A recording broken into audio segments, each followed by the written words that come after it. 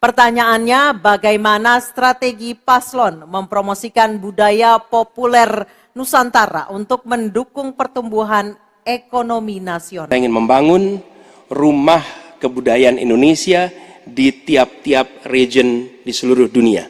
Sehingga di tiap-tiap region kita akan memiliki satu tempat di mana Indonesia menunjukkan karya budayanya.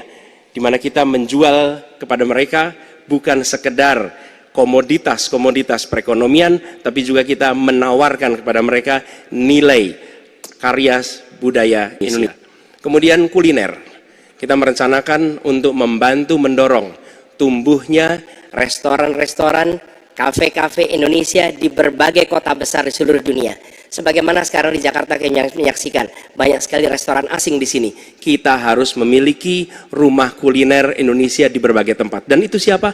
Negara yang ada di belakangnya. Saya kira yang disampaikan Pak Anies masuk akal ya, walaupun memang itu bersifat normatif ya.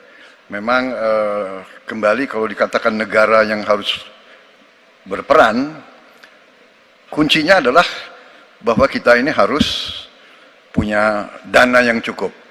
Kita harus punya tabungan yang cukup. Kita harus punya sovereign wealth fund yang cukup. Untuk itu kita harus punya laba yang cukup. Kita harus punya neraca perdagangan yang positif. Kita harus punya tabungan yang banyak, dan untuk itu hanya bisa dilakukan dengan hilirisasi, dengan penghematan, dengan efisiensi, dengan penerimaan pajak yang baik dan yang efisien. Saya kira itu. Digital sudah mendunia, kita semua menggunakan itu. Maka ada satu kata namanya viralisme.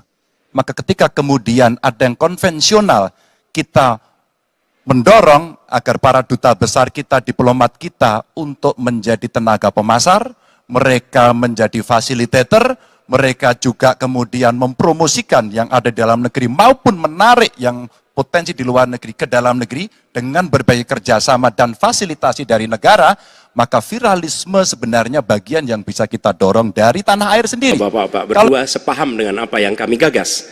Dan ketika kami ditugaskan sebagai Presiden Republik Indonesia, sebagai Panglima Diplomasi, maka setiap kegiatan ke luar negeri adalah bersama dengan delegasi kebudayaan, delegasi seni, dan datang ke pusat-pusat kegiatan kebudayaan, kesenian di negara-negara yang dikunjungi. Bukan hanya datang rapat lalu pulang, tapi datang di sana menemui aktivitas-aktivitas kesenian, kebudayaan, sehingga mereka pun menyadari bahwa Indonesia ini negeri yang kaya budaya.